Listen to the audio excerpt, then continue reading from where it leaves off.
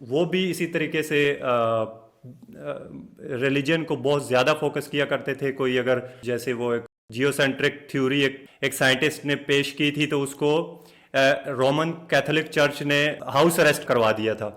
تو ہمارے کیس میں تو بالکل ڈفرینٹ ہمیں مجھے لگ رہا ہے, کیونکہ ہم 8 سے 13 سینچری تک تو ہم بوم پہ تھے.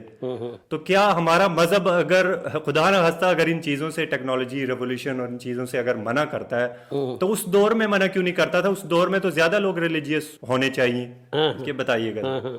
پہلے تو سب سے پہلے میں آپ کا شکریہ ادا کرتا ہوں, فیصل ہمارے ساتھ ہیں, اور ظاہر ہے ہماری ینگ جنریشن کے اندر یہ سوال عام ہے اور اس پہ بات ہونی چاہیے, کیونکہ ظاہر ہے ہمارا پروگرام کسی مولوی کا پروگرام نہیں ہے بالکل کہ ہم سوال کی اجازت نہ دیں. ہم تو کہتے ہیں سوالات ہونے چاہیے بالکل, اور یہ ساری باتیں کھل کے ہونی چاہیے. تو پہلے تو فیصل میں آپ کا شکریہ ادا کرتا ہوں, ویلکم. آپ نے یہ اچھا سلسلہ ہمارے ساتھ مطلب یعنی رکھا اور آپ آئے ہمارے ساتھ اس کام میں, ہمیں خوشی ہے. بہرحال اب آپ کی میں بات کا جواب دے دیتا ہوں. تو بہرحال سلام دعا کے بعد ہی ہونی چاہیے باتیں جی.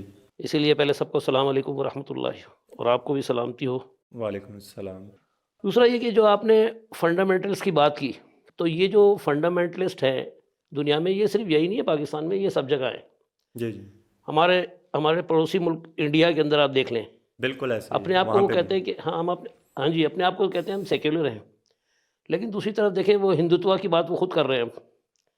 اور آپ نے بہت سارے کلپس دیکھے ہوں گے کہ وہ زبردستی مار کے کہتے ہیں جے شری رام کہو.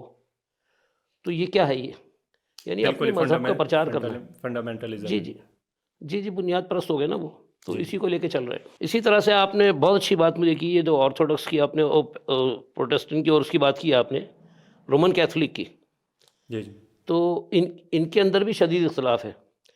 اچھا اب رہ گئی بات یہ کہ جس طرح ان لوگوں نے ترقی کیسے کی اور کیوں کی, ٹھیک ہے, یعنی ہم میں کیا خامیاں ہیں. یعنی جو آپ کا سوال اصل تو یہی ہے نا کہ ہم ان خامیوں پہ غور کریں جو ہمارے اندر ہیں, جو کہ ہو رہا ہے, جو کہ نہیں ہونا چاہیے, جو ہو رہا ہے وہ نہیں ہونا چاہیے.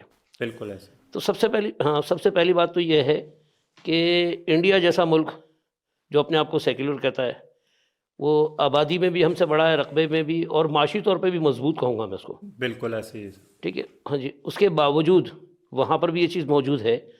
ابھی میں ایک آپ کو چھوٹی سی مثال دیتا ہوں, اور وہ چاہتا ہے کہ ہمارے سے بیسیکلی وہ ہمیں دوست نہیں سمجھتا اپنا, بالکل ایسے, لیکن بعض معاملوں میں ہمیں پروموٹ بھی کر رہا ہوتا ہے وہ.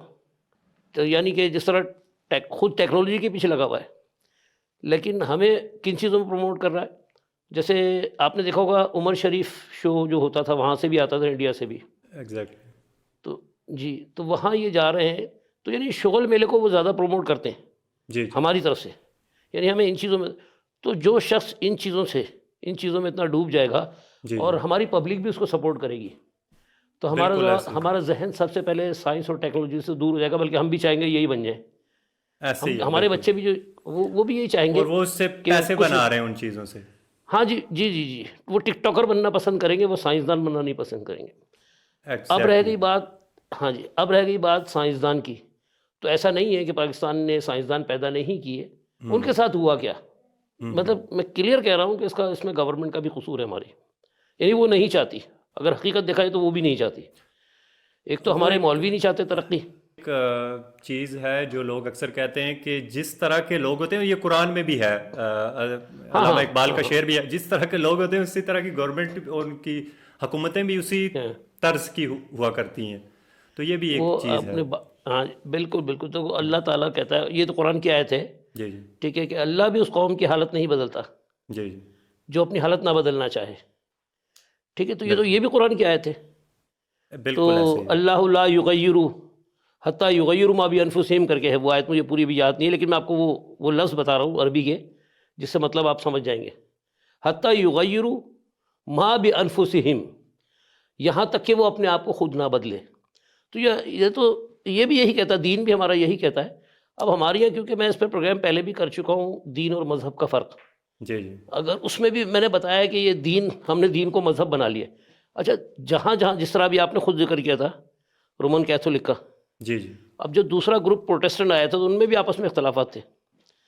ہاں اب رہ گئی بات, اور وہ جو وجوہات تھی ان کی بھی یہی تھی کہ وہ رومن کیتھولک جو ہے سر پوائنٹ یہ ہے کہ ان کے بھی فرقہ واریت بہت زیادہ تھی اس دور میں، جو وہ جو ان کا دور تھا 5th سے 15th سینچری تک، لیکن وہ جو اس میں ڈومیننٹ تھا وہ کیتھولک ہی تھا. لیکن پوائنٹ یہ ہے کہ انہوں نے ایک دور میں ایک ٹائم پہ آ کے انہوں نے ان چیزوں کو چھوڑ کے ان فرقہ واریت اور ریلیجن پہ بہت زیادہ فوکس. اب جیسا کہ ان کے لیے بھی اتنا آسان نہیں تھا. آپ صحیح کہہ رہے ہیں، ان کے لیے بھی آسان نہیں تھا. ان میں تو نسلیں تباہ ہوئی ہیں ایک دوسرے کی، انہوں نے مارے اتنے بندے. ہاں جی، تو وہ ایک مشقت تھی ان کی، لیکن وہ اس سے نکل آئے. اب رہ گئی بات، ہم جو بات کر رہے تھے کہ پاکستان میں یہاں ہمارے ساتھ المیہ یہ ہے کہ اگر کوئی ہوتا ہے تو اس کو ہماری گورنمنٹ خود دبا دیتی ہے. دیکھیں ڈاکٹر قدیر خان کو کون نہیں جانتا، ایسے ہی مشہور سائنسدان ہیں جنہوں نے پاکستان کو ایٹمی طاقت بنایا. ان کے ساتھ ہوا کیا ہے؟ یہ مطلب ہر زد عام پہ ہے یہ بات کہ ان کے ساتھ ہوا کیا ہے. سہیل وڑائی صاحب انٹرویو لے رہے ہیں، وہ میں نے دیکھا ہے کلپ. تو وہ فٹ پاتھ پہ بیٹھ کے، روڈ پہ فٹ پاتھ پہ بیٹھ کے انہوں نے انٹرویو دیا ایک سائنسدان نے. سوچیں، یعنی پاکستان کا سائنسدان ہے اور وہ انٹرویو کہاں دے رہا ہے؟ ایک فٹ پاتھ پہ بیٹھ کے، فٹ پاتھ پہ. اور ان کے ساتھ ان کے ساتھ جو المیہ ہوا. تو کیا یہ سب دیکھنے کے بعد کوئی چاہے گا کہ اس کا بچہ سائنٹسٹ بنے؟ بجائے ہمیں پروموٹ کرنے کے ہم ان کو دبا رہے ہوتے ہیں. اور ان کے اوپر جو الزامات لگے وہ جس وہ سب مطلب یعنی باتیں عام ہے، یہ ایسا نہیں کہ چھپی ہوئی بات ہے. تو اس کے اوپر کئی پروگرامز میں نے دیکھے، تو جو ان کے اوپر الزام لگے، آخر میں جو انہوں نے معافی منگوائی ان سے، وہ پرچہ دیا ہوا تھا اور وہ پرچے سے پڑھ رہے تھے، جس سے صاف پتہ چلتا ہے کہ ان کو لکھ کے دیا گیا کہ تم نے یہ بولنا ہے.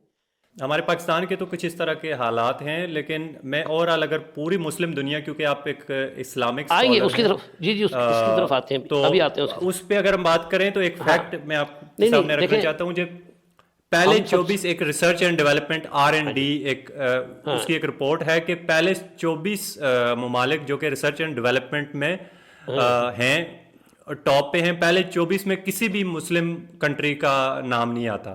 کوئی بھی، یعنی کہ مسلم کنٹری جو یہ امیر ویلدی ممالک ہیں بھی، وہ بھی یہ عرب مونارکیز ہیں، وہ آئل نکالتے ہیں. تو یعنی کہ سائنس اور ڈیولپمنٹ میں مسلم کنٹریز ہیں اور پاپولیشن ہے وہ کم دھیان دے رہی ہے. تو اس کی دراصل مین پوائنٹ ہمارا یہ ہے کہ ریلیجن تو ہمارا نہیں روکتا، تو پھر کیا ایسا ہے کہ جس کی وجہ سے ہماری یوتھ جو ہے مختلف چیزوں میں لگ گئی ہے، نہ کہ دنیا کو کنٹریبیوشن دے. ایک دور تھا اللہ کے نبی کا، جو دور تھا وہ سب سے اچھا دور تھا، کیونکہ ان کے صحابہ ان کے زیر تربیت تھے اور بہت سارے اعمال ان کے جو ہے نا اس کے مطابق ہو رہے تھے. لیکن بدقسمتی سے بعد میں، اب یہ میں اپنی طرف سے نہیں کہہ رہا ہوں، تاریخی کتابوں میں موجود ہے ساری باتیں، جب یہ فرقے کس طرح بنے اس کے اوپر تو ایک پروگرام ہم کر بھی چکے ہیں. یعنی 200 سال تک تو کوئی فرقے نہیں تھے، ٹھیک ہے. اب یہ غالباً 21 ہجری سے تو اسلامی کیلنڈر بنا تھا، یعنی اگر اس ٹائم سے بھی لگا لیا جائے، ٹھیک ہے، یعنی نبوت کے بھی بعد. تو جب یہ ہجرت کی اللہ کے نبی نے مدینہ جب آئے تھے، تو جب سے یہ اسلامی کیلنڈر بنایا، اور یہ میرے خیال ہے یہ بنا حضرت عمر کے زمانے میں بنا تھا، یعنی اس ٹائم بھی نہیں بنا تھا. اب اس سے اگر آپ 200 سال آگے چلے جاتے ہیں تو وہاں تک نظام جو ہے وہ اتنا بگڑا نہیں تھا. اس کے بعد پھر اس طرح کا نظام بگڑا کہ ایک دوسرے کو گرانے لگے، یعنی نیچا دکھانے لگے، اور آپس میں لڑائیاں ہوئی ان کی. تو اس کے نتیجے میں جتنے بھی دنیا میں مسلمان ہیں اس کا شکار سارے ہیں، چاہے وہ شام ہو، سعودیہ ہو، ایران ہو، پاکستان ہو، جتنے بھی اسلامی ملک ہیں، مطلب یعنی 56 جتنے بھی ہیں ملک، وہ سب اس کا شکار ہیں. اچھا، بدقسمتی سے ہمارے یہاں قرآن کو پیچھے رکھ کے اور دوسری چیزیں پڑھائی جاتی ہیں. جیسے میں آپ کو کلیئر کہوں، کہتے ہیں جی جب قرآن سمجھ میں نہیں آئے گا جب تک 14 علوم نہ ہو. اب وہ 14 علوم میں اگر 1-2 علوم کا میں ذکر کر دوں آپ کو، تو سب سے پہلے جس کو سب سے زیادہ یہ فوکس کرتے ہیں نا، جس کے اوپر بڑے مناظرے ہوتے ہیں، وہ ہے علم الکلام. علم الکلام میرے منہ سے نہیں، کسی کے منہ سے بھی آپ اٹھا کے علم الکلام کے بارے میں سن لیں، وہ آپ کو یہی کہے گا کہ عقیدے کا علم. تو یعنی ایسا علم جس میں عقیدے بنائے جائیں، اور یہ عقیدے ہوتے ہی خود ساختہ ہیں. عقیدہ کہتے ہی اس کو ہیں جو ہم اپنا اخذ کرتے ہیں، یعنی اللہ کے دین سے اس کا کوئی تعلق نہیں ہوتا، اللہ کے دین سے جوڑا جاتا ہے اس کو تعلق کو. تو انہوں نے مذہب بنانے شروع کیے، اور مذہب بنانے شروع کیے، اور جو روایتیں لے کے چلے ہیں پھر ان میں اختلافات. تو یہ الجھے میں یہ آج تک مسلمان نکل نہیں سکے، بلکہ اب تو تھوڑی بہت مجھے خوشی ہوتی ہے دیکھ کے، ورنہ ابھی ریسنٹلی میں نے کئی علماؤں کے منہ سے سنا ہے مذہب اسلام، یعنی اعتراف کرتے ہیں کہ اسلام دین نہیں ہے، مذہب ہے۔ اب کچھ لوگوں سے سننے لگے ہیں کہ وہ جو دین اسلام کی بات کر لیتے ہیں وہ لوگ، جی جی ورنہ ہمیشہ مذہب اسلام پوری دنیا میں یہی چل رہا ہے، کتابوں میں لکھا ہوا ہے۔ اگر آپ مسئلوں کی کوئی سی بھی کتاب اٹھا لیں، آپ اگر دیکھ لیں ابو حنیفہ کو پڑھ لیں تو لکھا ہوگا جی حنفی مذہب میں یہ اس طرح سے، تو یہ تو خود اعتراف کرتے ہیں۔ اور مذہب کیا ہوتا ہے؟ مذہب وہ ہوتا ہے جو خود ساختہ پیدا کیا جاتا ہے۔ پورے قرآن میں لفظ مذہب ہے ہی نہیں، آپ ڈھونڈ کے دیکھ لیجیے گا، جی دین کا لفظ ہے، جیسے ان الدین عند اللہ الاسلام یا ادخلوا فی السلم کا۔ اچھا سر، اس پہ کچھ جو ناقدین ہیں وہ یہ بھی کلیم کرتے ہیں کہ جو مسلم کنٹریز کی، مسلم لوگوں کی ریسرچ اینڈ ڈیولپمنٹ اور ٹیکنالوجی اور ایولیوشن میں اتنی زیادہ حصہ نہ لینے کی شاید یہ بھی وجہ ہے کہ مسلم جو پہلے بادشاہ تھے، جب وہ دور تھا مسلمانوں کا بڑا ایک گولڈن ایج جس کو کہتے ہیں، تو وہ دور تھا کہ جنگی دور تھا، یعنی کہ دوسروں کو سپریس کر کے، کولونائز کر کے، جس طرح آپ معذرت کے ساتھ اگر آپ اس سے ڈس ایگری کریں، جی طاقت کے بلبوتے پہ جس طرح سے الانڈلس پہ مسلمانوں کی حکومت اسی طرح سے قائم رہی اور آج وہاں ایک بھی مسلمان نہیں ہے، تو شاید ان مسلمانوں کا اخلاق یا جو وہاں پہ سپریسر تھے، جو وہ جو قابض تھے، ان کا رویہ اتنا اچھا نہیں تھا کہ لوگ کنورٹ نہیں ہوئے، کہ کچھ لوگوں کا یہ بھی ماننا ہے کہ شاید وہ دور ختم ہو گیا ہے اور مسلمانوں کا جو ذہن ہے وہ ابھی تک وہیں پہ اٹکا ہوا ہے کہ ہم اس طریقے سے لوگوں کو سپریس کریں گے، اور انہوں نے کچھ ٹیکنالوجی اور سائنس میں اپنا کام نہیں کیا۔ پہلی بات تو یہ آپ کو اچھی طرح معلوم ہے کہ ہم مسلمانوں میں ہم خوش فہمی کا شکار ہیں، کہ ہر فرقہ سمجھتا ہے کہ ہم اچھے ہیں، باقی سارے دوسرے فرقے سارے خراب ہیں، ٹھیک ہے؟ تو اگر پہلے میں یہاں ایک چیز لاتا ہوں، پھر ٹیکنالوجی پہ بات کر لیں گے اسی سے جوڑ کے۔ دیکھیں، بدقسمتی سے ہمارے یہاں ایک فرقہ ہے جس کو مرزائی کہتے ہیں، بالکل، مرزا غلام احمد والا، ٹھیک ہے؟ لیکن ہمارے لاء نے اس کو غیر مسلم قرار دے دیا، ادھر ہی آ رہا ہوں۔ دیکھیں، وہ قرآن بھی پڑھتے ہیں، نماز بھی پڑھتے ہیں، وہ روزے بھی رکھتے ہیں، ٹھیک ہے؟ وہ سارے عمل وہی کرتے ہیں مسلمانوں والے۔ اچھا، انہوں نے کہا کہ جی ایک شخص سے پہلے اس کو انہوں نے مہدی کا دعویٰ کیا تھا کہ جی مہدی ہیں، ٹھیک ہے؟ اس کے بعد اس کا باقاعدہ مناظرہ ہوا تھا اس پہ، اور وہ مناظرہ جیتا وہ شخص۔ تو اس کے بعد جب وہ علاقہ اس کا ہو گیا اور لوگوں نے اس کو فالو کرنا شروع کر دیا، تو ان کی دال نہیں گلی، کیونکہ یہ مناظرہ ہار چکے تھے، اور ان کی دال نہیں گلی، اور جو لوگ اس کی طرف راغب ہو گئے تو وہ اس کو مہدی بنا لیا انہوں نے۔ اور وہ بہت عرصے کے بعد اس نے پھر حدیثیں نکالی، لوگوں کو سنائی، اس نے کہا لا عیسیٰ الا مہدی، نہیں عیسیٰ مگر مہدی۔ تو اس نے کہا یہ مہدی اور عیسیٰ جو نا وہ ایک ہی شخصیت کے دو نام ہے۔ تو پھر اس کو انہوں نے عیسیٰ بھی بنا لیا، اس کا لقب ہے مسیح موعود، یعنی مسیحا بھی وہی ہے، مسیح بھی وہی ہے، اور مہدی بھی وہی ہے۔ تو براہین احمدیہ اس نے کتاب بھی لکھی، اس میں تو اس نے چیلنج بھی کیا تھا۔ تو اب یہ اس کو انہوں نے دبایا اس کو، کیونکہ ان کے حالانکہ ان کے نظریے بھی یہی ہیں اگر دیکھا جائے، کیا ایسا نہیں ہے کہ دیوبندی ہو، بریلوی ہو یا اہل حدیث، میں تینوں کی بات کر رہا ہوں، تینوں فرقوں کی بات کر رہا ہوں، تینوں کا کہنا یہی ہے کہ امام مہدی آئیں گے، ٹھیک ہے؟ اور تینوں کا کہنا یعنی ان کا ظہور ہوگا، اور تینوں کا کہنا یہی ہے کہ نزول عیسیٰ ہوگا۔ اب جب یہ تینوں فرقے یہی مانتے ہیں، فرق کیا رہ گیا اب؟ کہ ان کا یہ کہنا کہ یہ انتظار کر رہے ہیں، ان کے پاس آ چکا ہے، وہ یہی ہے نا۔ تو عقیدہ تو تمہارا بھی وہی ہے جو ان کا تھا، ان کا فرق یہ، ان کا آ گیا، تمہارا نہیں آیا، بس تمہارا اٹکا ہوا ہے۔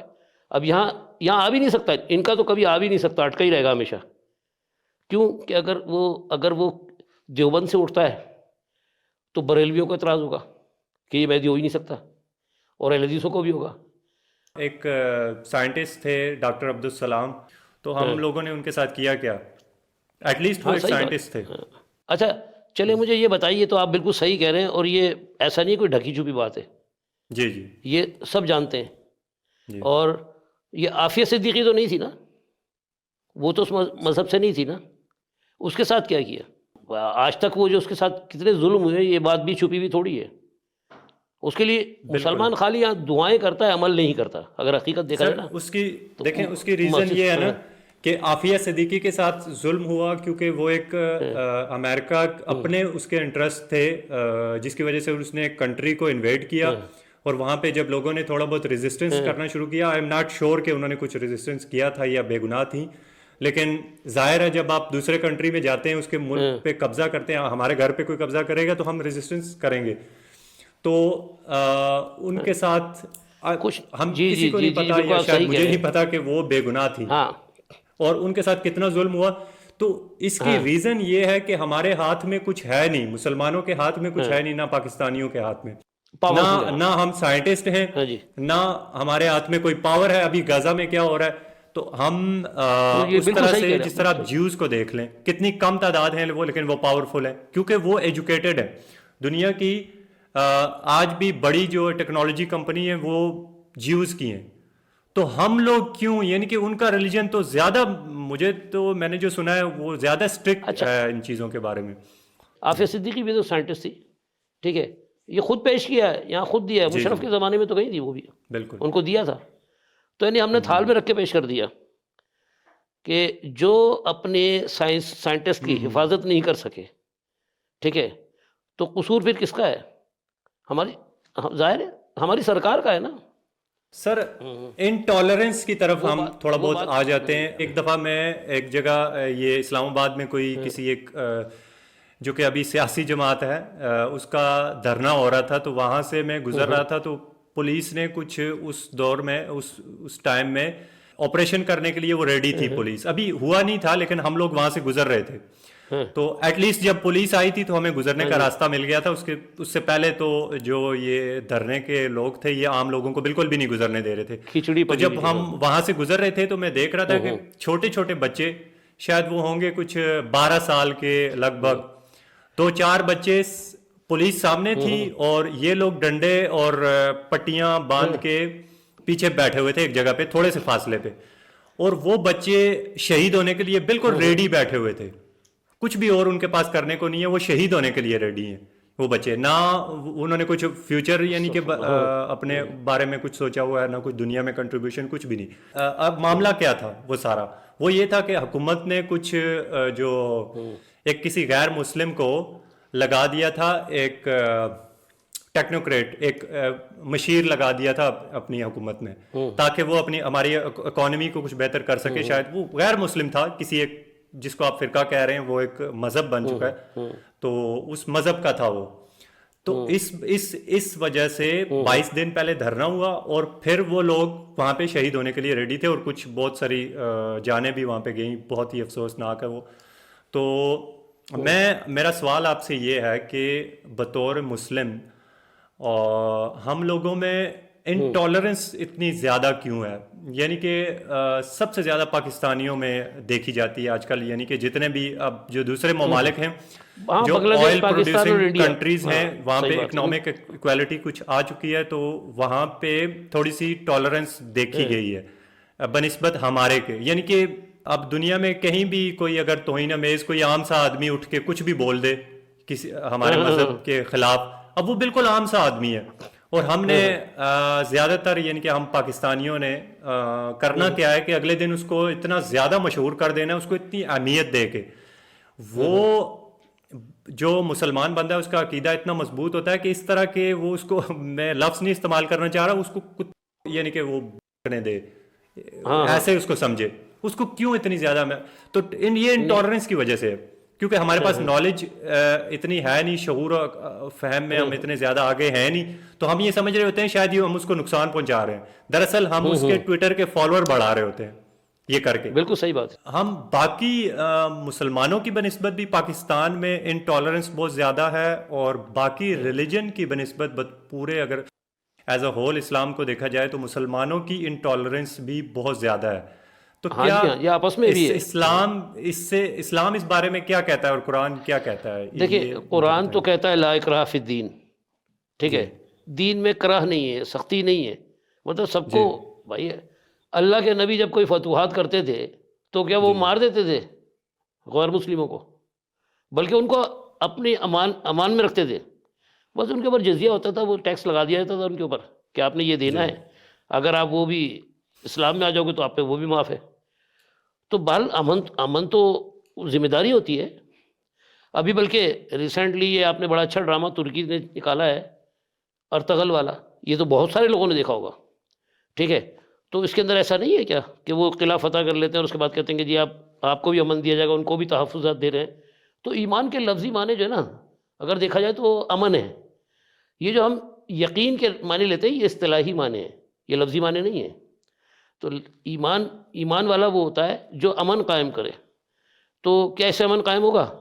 ہم اپنے ہی آپس میں فرقے بنا کے بیٹھے ہوئے ہیں اور ایک دوسرے کو برا بھلا کہہ رہے ہیں. ٹھیک ہے، مناظرے کر رہے ہیں آپس میں، تو یہ امن ہے. تو جب ایسا امن، اس کو امن کہیں گے تو کون ہماری طرف آنا چاہے گا؟ یہ آپس میں ہی ایک نہیں ہے. ہاں، اب رہ گئی بات، آپ نے بڑی اچھی بات کی، میں اسی بات کو تھوڑا سا اور کمپلیٹ کر دیتا ہوں کیونکہ پوائنٹ بڑا اچھا آپ نے اٹھایا. جی ٹالرنس کا. آپ کو یاد ہوگا کہ کچھ کارٹون بنا دیے تھے ناروے میں، کچھ بنے تھے لیکن ہاں بالکل. تو وہ جو کارٹون بنے تھے تو اس کے بعد یوٹیوب بند کر دیا تھا کچھ عرصے کے لیے پاکستان نے. بالکل جی حسن اتفاق ہے کہ جب وہ بنے تھے تو وہ کارٹون میں نے دیکھے. میں آپ کو ایک کارٹون بتا دیتا ہوں. ٹھیک ہے، اس سے میں جاب کرتا تھا تو وہ کارٹون جب میں نے دیکھا تو اس کے اوپر یہ تھا کہ حضرت عائشہ کی تصویر اس نے بنائی ہے. اور ایک ہاتھ میں ان کے گڑیا ہے، دوسرا ہاتھ محمد صلی اللہ علیہ وسلم کے ہاتھ میں ان کا، اور اس کو کھینچتے ہوئے لے کے جا رہے ہیں. اور نیچے سے لکھا ہے، انہوں نے کانسیپٹ ایک وہ لکھا انہوں نے عائشہ. ہاں جی، نیچے کیا لکھا تھا؟ Aisha don't you know I love you. ٹھیک ہے، تو جس نے مجھے یہ دکھایا تھا کارٹون اور اس نے استغفر اللہ پڑھا تو میں اس کی شکل دیکھ رہا تھا. میں نے کہا یار مجھے تم نے استغفر اللہ تو پڑھ دیا لیکن مجھے بتاؤ کہ اس نے تو یہ آپ کو آئینہ دکھایا ہے. میں نے کہا، پھر میں نے اس کو جب حدیث سنائی، میں نے کہا حدیث میں کہ 6 سال کی عمر میں مطلب ان کی شادی ہوئی جب وہ گڑیوں سے کھیلتی تھی اور 9 سال میں رخصتی بھی کر دی. تو آپ اپنی بیٹی دیں گے کسی کو 6 سال کی؟ کسی کی شادی کرنا چاہیں گے آپ؟ اپنے بارے میں تو آپ کو پسند نہیں ہے، لیکن یہ روایت کے اندر کوئی بھی اس کو ماننے کے لیے تیار نہیں ہے. یہ جو مطلب حدیث کا پرچار کرنے والے کوئی بھی ماننے کے لیے تیار نہیں ہے. کہتے ہیں یہ سچی حدیث ہے، صحیح حدیث ہے، اس کو مستند مانتے ہیں یہ اس حدیث کو. میں نے کہا اس نے تو صرف آپ کو آئینہ دکھایا کارٹون بنا کے، پکچر دکھائی اس نے کہ آپ لوگوں کے یہ نظریے ہیں. تو اس بات پہ بات چل رہی تھی. اس کے بعد جب احتجاج کی کال آئی تو دیوبندیوں نے بھی کیا، بریلویوں نے بھی کیا.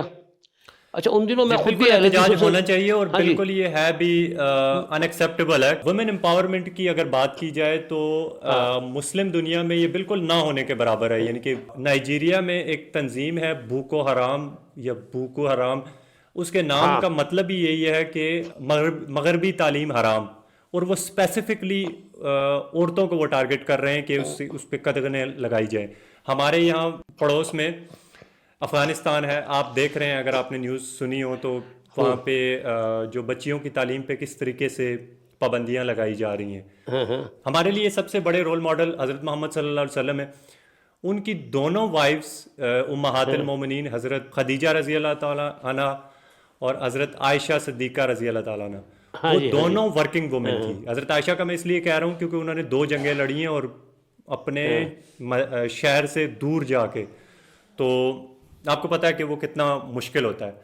تو سب سے بڑے اگر رول ماڈل ہی ہمارے لیے وہی ہیں، تو یہ جو لوگوں نے کنسیپٹ اسٹیبلش کیے ہوئے ہیں کہ عورتوں بچیوں کو تعلیم نہ دی جائے یا ویسٹرن تعلیم نہ دی جائے، صرف اسلام کی تعلیم دی جائے، تو اگر ہم نے مائکروسافٹ بنانا ہے تو مائکروسافٹ وہ بنایا کسی ویسٹرن نے ہے، اس جیسا ہم نے کوئی پروڈکٹ بنانا ہے، سیکھنا ہے، گوگل جیسا کوئی پروڈکٹ بنانا ہے تو وہ بنایا ہی کسی ویسٹرن نے ہے، تو ہم ویسٹرن سے ہی وہ تعلیم، کسی مغربی انسان سے ہی تعلیم حاصل کریں گے نا. اسلامی تعلیم مدرسے سے وہ ہم قرآن کی تعلیم جو کہ اچھی بات ہے اسپرچویلٹی، لیکن اس سے ہم وہ مائکروسافٹ جیسا پروڈکٹ کیسے بنا سکتے ہیں؟ مغربی تعلیم ہم نہیں حاصل کریں گے تو ہم امپاورمنٹ کیسے گین کریں گے، ویمن امپاورمنٹ؟ تو اس بارے میں آپ ذرا بتائیے گا کہ قرآن کیا کہتا ہے. پہلے سب سے پہلے ویمن پاور کی بات کریں گے، عورت کی توہین کی بات کریں گے ہم، ٹھیک ہے، تاکہ پہلے عورت کو اس مسئلے سے تو نکالیں ہم کہ اسلام نے ایسا کچھ کہا ہی نہیں جو کہ قبل از اسلام ایک چیز تھی کہ عورتوں کو مطلب تعداد کم کرتے تھے، مردوں کی زیادہ ہوتی تھی، یعنی وہ دفنا دیتے تھے، زندہ دفنا دیتے تھے، اس سے بڑی توہین اور کیا ہوگی؟ تو قرآن کی ایک آیت ہے کہ وَإِذَا الْمَوْءُودَةُ سُئِلَتْ بِأَيِّ ذَنبٍ قُتِلَتْ، یعنی اس سے بھی سوال کیا جائے گا قیامت کے دن، اس کے بارے میں بھی سوال کیا جائے گا جس کو مارا گیا بلا وجہ، اس کا بھی سوال اٹھے گا کہ بھائی تم نے کس گناہ میں اس کو مارا، یعنی وہ سوال ہوگا، مارنے والے سے سوال ہوگا یہ بِأَيِّ ذَنبٍ قُتِلَتْ، کس گناہ میں اس کو تم نے قتل کیا۔ تو یعنی عورت کا وجود ہی گناہ مانا جاتا تھا، تو عورت کی توہین۔ اب میں آ جاتا ہوں تھوڑا اسلام کی طرف، یہ تو خیر پرانی بات ہو گئی۔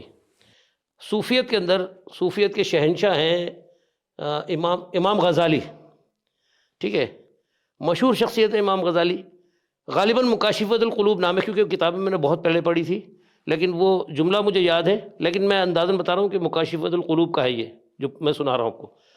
وہاں انہوں نے کوٹ کیا ہے، اب یہ انہوں نے بھی کوئی حدیث سے کوٹ کیا ہوگا، انہوں نے لکھا ہے کہ مطلب یعنی عورت سے مشورہ لو اور اس کا الٹ کرو۔ تو کیا یہ مطلب اسلام یہ اجازت دیتا ہے؟ قرآن میں کچھ ایسا ہے؟ ابھی میں آؤں گا قرآن کی طرف بھی۔ اب یہ کون کہہ رہی ہے؟ مطلب کوئی عام آدمی نہیں کہہ رہا ہے، بہت بڑے مطلب یعنی جن کو کہہ لیں کہ اسلاف میں سے ہے، یہ جن کی پیروی جو ہے بڑے بڑے علماء کر رہے ہوتے ہیں، ٹھیک ہے، ان کا یہ قول ہے کہ عورت سے مشورہ لو اور جو وہ کہے اس کا الٹ کرو۔ اب میں آتا ہوں قرآن کی طرف، یہ تو انہوں نے کہا ہے، ٹھیک ہے، یا روایت نے کہا ہے۔ قرآن میں جو الزام لگایا جاتا ہے کہ آدم علیہ السلام کی زوجہ نے ان کو جنت سے نکلوا دیا، وہاں آپ کو پتہ ہے آیت کیا ہے؟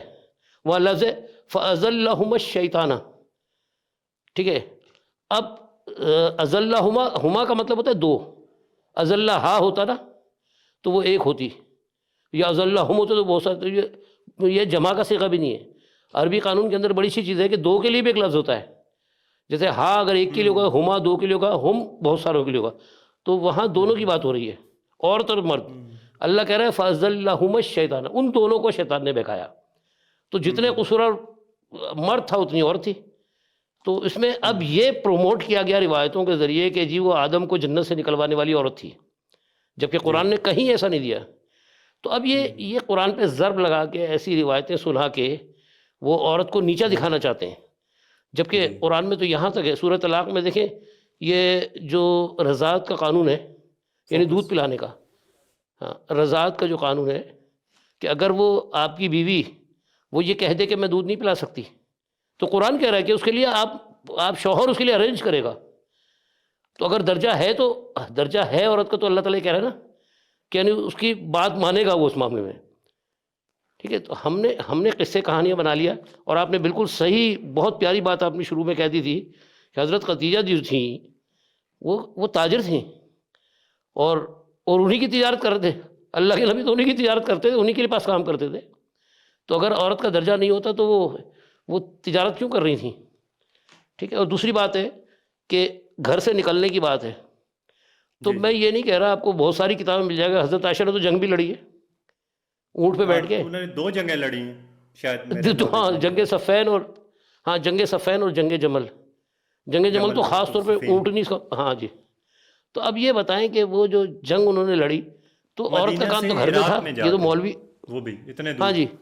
تو ہاں اب یہ ساری چیزیں انہوں نے جو نا، یہ اصل میں یہ آج بھی ہمارے مولوی نہیں چاہتے کہ عورت ترقی کرے، کیونکہ ان کی توہین ہو جاتی ہے نا، مرد کی توہین ہے کہ یعنی عورت ترقی کرے گی تو یار اس کا مطلب ہے میں ناکارہ ہوں، ایک اندر کا وہ ہو جاتا ہے، اندر کا شیطان ہے، میں تو خود کہوں گا یہ نفس ورغلاتا ہے، اندر کا شیطان آ جائے گا۔ اللہ نے، ہاں جی، اگر ایسا کچھ ہوتا، اللہ نے انسان بنایا نا، اور زوجہ اللہ تعالیٰ نے ہمارے ہی جوڑے بنائے ہیں، تو دونوں انسان ہیں، دونوں بھائی، کھانا میں بھی کھاتا ہوں وہ بھی کھاتا ہے، ہم ساتھ بیٹھ کے کھانا کھاتے ہیں، مطلب ہماری جو ہے جنس، ہماری تھوڑا سا ہی فرق ہے نا کہ مؤنث اور مذکر کا، باقی مخلوق تو ایک ہی انسان۔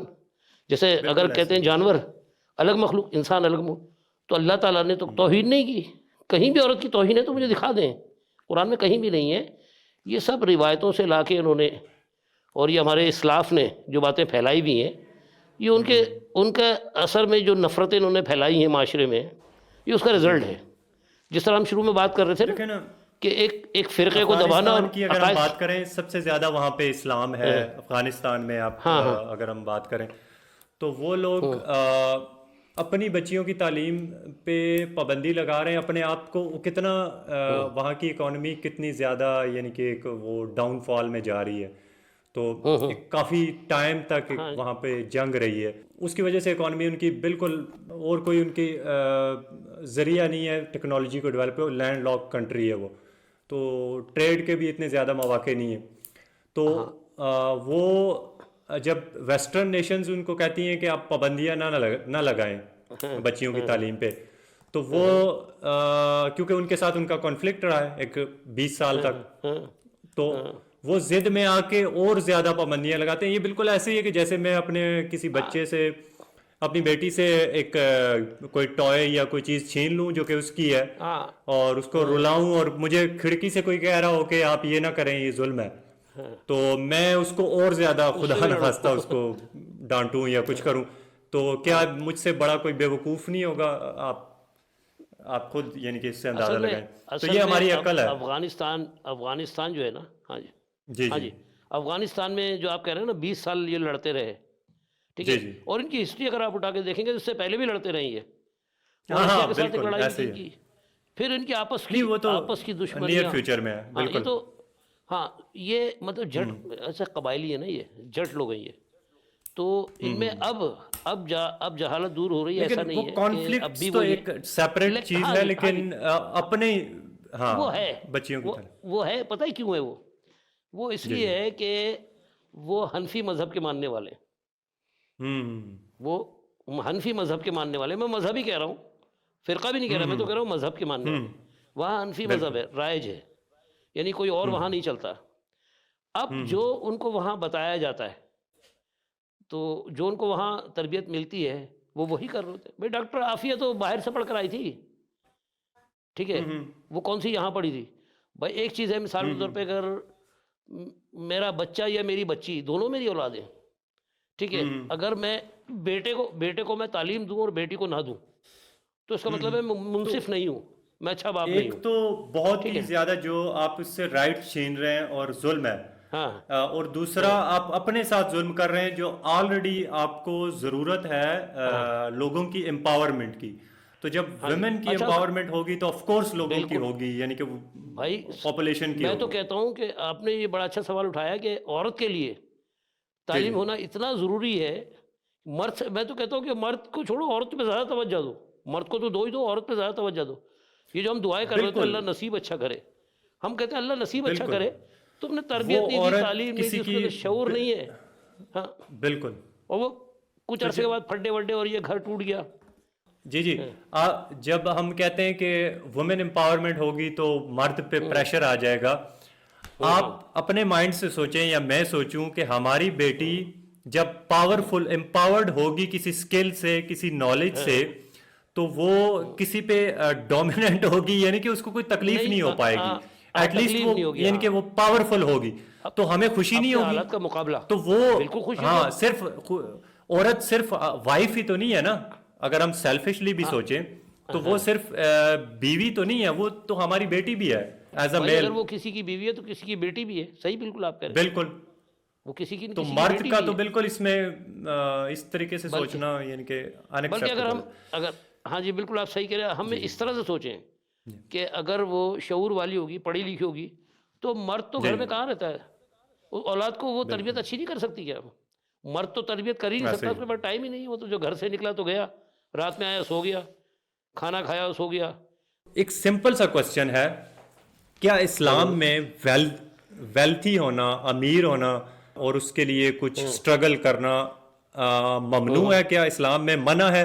میں نے ایک صاحب سے ایک دفعہ سنا کہ اس طرح کا کامن کنسیپٹ میں نے کافی جگہ پہ سنا ہے کہ جو امیر انسان ہے وہ تو 50,000 سال بعد جنت میں جائے گا غریب انسان کی بنسبت, کیونکہ اس سے سوال زیادہ ہوں گے. تو ایک یہ جو آپ کو پتہ ہے کہ یہ بہت زیادہ امپیکٹ ڈالتا ہے ایک کامن انسان پہ, کیونکہ جو کامن لوگ ہوتے ہیں وہ چھوٹی چھوٹی چیزوں کو لوگ ایز کی طرف جاتے ہیں, لوگ آسانی کی طرف. اس طرح کے کنسیپٹ کیا اسلام میں ہیں؟ کیا کوئی ایسی حدیث ہے جو کہ میں دیکھیں پتہ نہیں کہاں سے میں نے حدیثوں کو تو سنی میں ہے، لاتا ہی نہیں بیچ میں حدیثیں تو میں بہت سنا سکتا ہوں آپ کو، قرآن اس بارے میں لمبا کیا عرصہ کہتا میں. ہے؟ ہاں جی، میں آپ کو پہلی بات تو یہ بتا دوں کہ جی اللہ تعالیٰ نے کہا اقیم الصلاۃ وآتوا الزکوٰۃ. یہ آیت ایک جگہ تھوڑی، کئی جگہ. یہ تو یہاں کہہ رہا ہے کہ زکوٰۃ دو اور صلاۃ ادا کرو. ٹھیک ہے، جی تو میں اگر یہ کہوں کہ اگر آپ مجھ سے کہتے ہیں کہ جی آپ کو 50% مارکس اس پہ ملیں گے، 50% اس پہ ملیں گے، میں ایک موضوع نہیں لکھ سکتا، صرف ایک کر کے آتا ہوں تو میرے آدھے نمبر کٹ جائیں گے. ٹھیک ہے، اور اگر میں پورا پیپر کر کے آؤں گا تو ظاہر ہے مجھے اچھے مارکس ملیں گے. ہو سکتا ہے کسی اور سبجیکٹ میں کمزور ہوں تو یہاں سپورٹ مل جائے. تو اگر اس حساب سے دیکھا جائے تو زکوٰۃ کون دیتا ہے؟ پہلے تو میں آپ سے یہ پوچھ رہا ہوں، بھائی صاحب استطاعت ہوگا تو زکوٰۃ دے گا نا. تو یہاں بالکل. اقیم الصلاۃ وآتوا الزکوٰۃ. اب یہ جو اور سب سے جو بڑی ہے چیز سر یہ ہے حکمیہ جملہ ہے. کہ لوگ امیر ہونے کے کنسپٹ کو ابھی آ رہا ہوں میں اس طرف، ابھی کچھ آ رہا ہوں، اسی گریڈی، طرف آ رہا ہوں. گریڈی وہ ابھی آ رہا ہوں کنسپٹ. اس جی طرف، جی ابھی اسی طرف آ رہا ہوں. دیکھیں نا، وہ حکمیہ جملہ ہے. وآتوا الزکوٰۃ جو ہے نا، یہ حکمیہ جملہ جی ہے. جو لوگ گرامر جانتے ہیں وہ سمجھ رہے ہیں کہ میں کیا کہنا چاہ رہا ہوں. واو کے ساتھ الف جو لگتا ہے حکمیہ جملہ ہو جاتا ہے. ٹھیک ہے نا. تو وہ آتوا الزکوٰۃ جب کہا جا رہا ہے کہ زکوٰۃ دو، تو اس کا مطلب یہ اللہ کا حکم ہے. تو یہ آیت ہر مسلمان کے لیے ہے. ٹھیک ہے، کہ وہ صلاۃ ادا کرے، زکوٰۃ دے. اب اگر وہ دوسری ایک اور چیز ہے کہ سر کہ منی تو پیسے تو ایک بائی پروڈکٹ ہے، تو ہم شاید ہم امیر اس وجہ سے ہو رہے ہوتے ہیں کہ ہم نے کچھ دنیا کے لیے کچھ کنٹریبیوشن کی ہوتی ہے، یعنی کہ دنیا کو کچھ دیا ہوتا ہے، کوئی پروڈکٹ دیا ہوتا ہے، اس کی ہیلپ کی ہوتی ہے، تو اس کا بھی ثواب نہیں ہوتا. کیا کہیں گے؟ اصل میں ابھی ریسنٹلی میں نے ایک تقدیر اور نصیب پہ ایک پروگرام کیا ہے. اتفاق سے اس میں یہ بات میں نے اس میں بھی ذکر کی ہے کہ ہم لوگ جو ہے نا نصیب پہ اور توکل، مطلب یعنی نصیب پہ چھوڑو، نصیب میں نہیں تھا، تقدیر میں نہیں تھا. تو یہ نصیب اور تقدیر پہ ایک پروگرام کر چکا ہوں ابھی، میرا خیال ہے آج ہی آیا ہوں. تو اس کے میں تھوڑا سا آپ کو بتا دیتا ہوں کہ لیکن میں اس سے ہٹ کے بولوں گا. ایک تو زکوٰۃ ہو گئی، پھر اس کے بعد رمضان کے روزے آتے ہیں. ٹھیک ہے، تو ہر شخص اچھا کھاتا ہے، اچھا بناتا ہے، افطار بھی، یعنی جو عام دنوں میں فروٹ نہیں کھا رہا، غریب سے غریب آدمی اگر آپ دیکھیں گے وہ بھی فروٹ کھا رہا ہوتا ہے. ٹھیک ہے، اس کے بعد 2 عیدیں آتی ہیں، اس پہ نیا کپڑا کیا غریب آدمی نہیں بناتا؟ سارے بناتے، سارے تہوار مناتے. تو اب رہ گئی بات قربانی.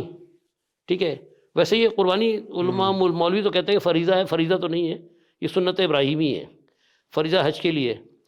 تو اس پہ ہم کبھی تفصیلی قرآن سے نکال کے رکھیں گے آیتیں. تو کہنے کا مطلب ہے قربانی کون کرے گا؟ جو حیثیت والا ہوگا. وہ سارے کام مسلمان کے اندر حیثیت والے ہیں. اب آ جائیں اللہ کے نبی پہ، کیونکہ ظاہر ہے ہمارے لیے رول ماڈل تو وہی ہے. تو اب قرآن نے ازواج مطہرات کہا ہے، زوجہ نہیں کہا ان کے لیے، ازواج کا ہے. ٹھیک ہے، یعنی جمع کا صیغہ ہے. ٹھیک ہے، تو ان کی بیویاں، تو کیا مطلب وہ بیویوں کو تنگ دستی میں رکھا ہوا تھا انہوں نے؟ بھائی ہم اتنی بیویوں کو تنگ دستی میں تو نہیں رکھا ہوگا نا. ان کے یعنی وہ ان سے بڑا تو کوئی منصف ہو ہی نہیں سکتا، کیونکہ دین ان کے ذریعے پھیلا ہے. اور اللہ نے خطاب ان سے کیا، جس سے اللہ خطاب کر رہا ہو، سنقرئک فلا تنسى، اللہ تعالیٰ کہتا ہے ہم تمہیں پڑھائیں گے، تم نہیں بھولو گے. تو جس کو اللہ پڑھا رہا ہو تو کیا اللہ غلط پڑھائے گا؟ تو کہنے کا مطلب یہ ہے کہ وہ بھی غریب نہیں تھے. یہ پیٹ پہ پتھر باندھنے کا واقعہ جو ہے جنگ خندق کے اندر ہوا تھا. اب ظاہر ہے خندق جنگ لڑ رہے ہیں تو وہاں کیا دسترخوان لگائیں گے؟ اس کا مطلب یہ ہرگز نہیں ہے مجبوری تھی. وہ جنگ اب تھی، ہمارے مولوی حضرات اس کو اس طرح پیش کرتے ہیں کہ جیسے وہ بھوکے رہتے تھے یا بہت غریب تھے اور ایک کھجور پہ 10 دن گزارا کیا کرتے تھے. یہ کیا ہے؟ میں نے تو جتنی بھی اسٹڈی پڑھی ہے، جتنے بھی صحابہ کرام، وہ سارے غنی تھے، وہ امیر تھے. یار ابو بکر صدیق کو دیکھیں، سوائے حضرت بلال کے، لیکن وہ بھی آخری دنوں میں امیر ہو گئے تھے. ہاں جی، تو عثمان غنی کو دیکھیں، ان کے نام کے ساتھ ہی غنی لگا ہوا ہے. اور اللہ کے نبی صلی اللہ علیہ وسلم کی، یار میں آپ کو ایک حوالہ دیتا ہوں قرآن کا، تو اس میں بات ہی کلیئر ہو جائے گی نا ساری.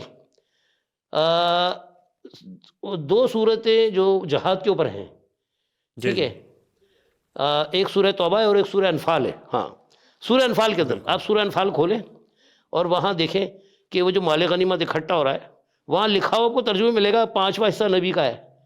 ایک جنگ ہوتی ہے اور جب مال غنیمت آتا ہے تو کتنی بڑی تعداد میں ہوتا ہے. اگر مثال طور پہ ان کے ہتھیار ہیں، ان کے گھوڑے ہیں، یا ان کی جو بھی ہے قبضے میں آئے، ایک بڑی تعداد، اور اس میں سے 5 حصے کرو. اللہ کہہ رہا ہے 5 حصے کرو. اور ایک حصہ نبی کا ہے. کہ غریب کو اب ایک حصہ اس کا ملے, 5 حصوں میں سے نہیں 4 حصے بانٹنے ہیں دوسری جگہ, اور ایک حصہ نبی صلی اللہ علیہ وسلم کے پاس جائے گا. تو اللہ کے نبی نے کیا کوئی 86 مار کے لڑے ہیں یار. تاریخ میں تو یہ بتاتا ہے 86, جس کا اگر سارے ملا لوں میں, غزوہ جنگ اور سیریا جو ہوتی ہے, سیریا وہ بھی ایک چھوٹی جھڑپ ہوتی ہے, تو سارے ملا کے 86 مار کے ہیں جس میں وہ لڑے ہیں. تو کیا مطلب وہ غریب تھے یار, پھر بھی اب یہ کہنا, یہ تو ایسا ہے کہ مطلب یعنی جھوٹ بھی چھپا نہ سکیں ہم جھوٹ بولنا بھی چاہیں نا تو وہ چھپتی نہیں ہے. تو قرآن جب کہہ رہا ہے کہ ایک حصہ نبی کا ہے تو یہاں بات ختم ہو جاتی ہے. تو اس حساب سے میں کہتا ہوں اگر نبی کو واقعی ہم لیڈر مانتے ہیں تو کسی بھی مسلمان کو کمزور نہیں ہونا چاہیے, ہر مسلمان کو فائنینشلی مضبوط ہونا چاہیے. سورہ جمعہ میں جو ہے نا, تو اس میں اللہ تعالیٰ کہتا ہے وَإِذَا نُودِيَ لِلصَّلَاةِ مِن يَوْمِ الْجُمْعَةِ فَاسْعَوْا إِلَىٰ ذِكْرِ اللَّهِ. تو یہ تو کہا جا رہا ہے کہ جب اذان کی آواز سنو جمعے کی, فَاسْعَوْا إِلَىٰ ذِكْرِ اللَّهِ, تو مطلب یعنی اللہ کے ذکر کی طرف آپ نے راغب ہونے کا کہا ہے کہ صحیح کہتے ہیں دوڑنے کو, یعنی چلنے کو یا دوڑنے کو. فَاسْعَوْا, اب یہاں حکم ہو رہا ہے کہ دوڑو, اِلَىٰ ذِكْرِ اللَّهِ, اس ذکر کی طرف, یعنی جس کی طرف آپ کو بلایا جا رہا ہے نماز کے لیے. اس کے بعد آپ دیکھیں گے کہ جب آپ نماز پڑھ کے وَإِذَا قُضِيَتِ الصَّلَاةُ, اور جب تمہاری نماز ختم ہو جاتی ہے, پھر کیا حکم آ رہا ہے؟ پھر حکم آ رہا ہے فَانْتَشِرُوا فِي الْأَرْضِ وَابْتَغُوا إِلَيْهِ مِنْ فَضْلِ اللَّهِ. اب اللہ کہہ رہا ہے کہ تم جو ہے نا دوبارہ پھیل جاؤ, یعنی جہاں سے تم آئے تھے. مثال میں کاروبار چھوڑ کے گیا تھا نا, عربوں میں آج بھی ہے, اذان ہوتی ہے وہ ایسے ہی چھوڑ کے چلے آتے ہیں, واپس آتے ہیں پھر بیٹھ جاتے ہیں. تو اگر دیکھا جائے تو تواتر سے بھی ہمیں مل رہا ہے یہ. تو فَانْتَشِرُوا فِي الْأَرْضِ یعنی دوبارہ منتشر ہو جاؤ زمین پہ جس طرح جہاں سے آئے تھے. اب آگے لفظ ہے وَابْتَغُوا إِلَيْهِ مِنْ فَضْلِ اللَّهِ. ہاں, اب یہ آگے جملہ ہے وَابْتَغُوا إِلَيْهِ مِنْ فَضْلِ اللَّهِ, اللہ کا فضل تلاش کرو, یعنی اپنے کاروبار میں مشغول ہو جاؤ. اچھا, اب یہ بات ہو رہی ہے جمعے کی. جس طرح مسلمانوں کی تو کوئی چھٹی نہیں ہے, سب سے مبارک دن جمعے کا مانتے ہیں, جس کا اہتمام بھی ہو رہا ہے, اس میں بھی اللہ کہہ رہا ہے کہ جاؤ کاروبار کرو. تو مسلمان جس قوم کے اندر اللہ تعالیٰ نے چھٹی نہیں رکھی کام کے لیے, تو میرے خیال ہے سب سے زیادہ کام تو اس کو کرنا چاہیے. بھائی سیٹرڈے سنڈے کہیں سنڈے آف, کہیں سیٹرڈے سنڈے آف. مسلمانوں کی تو کوئی جمعے کی چھٹی کی بھی اللہ منع کر رہا ہے. تو سب سے زیادہ فائنینشلی مضبوط کس کو ہونا چاہیے؟ مسلمان کو. اب یہ روایتیں گھڑنا اپنی طرف سے بہت ساری. بہت بہت شکریہ. پھر انشاءاللہ نیکسٹ ویک ہم دوبارہ حاضر ہوں گے اسی کنسیپٹ کو لے کے.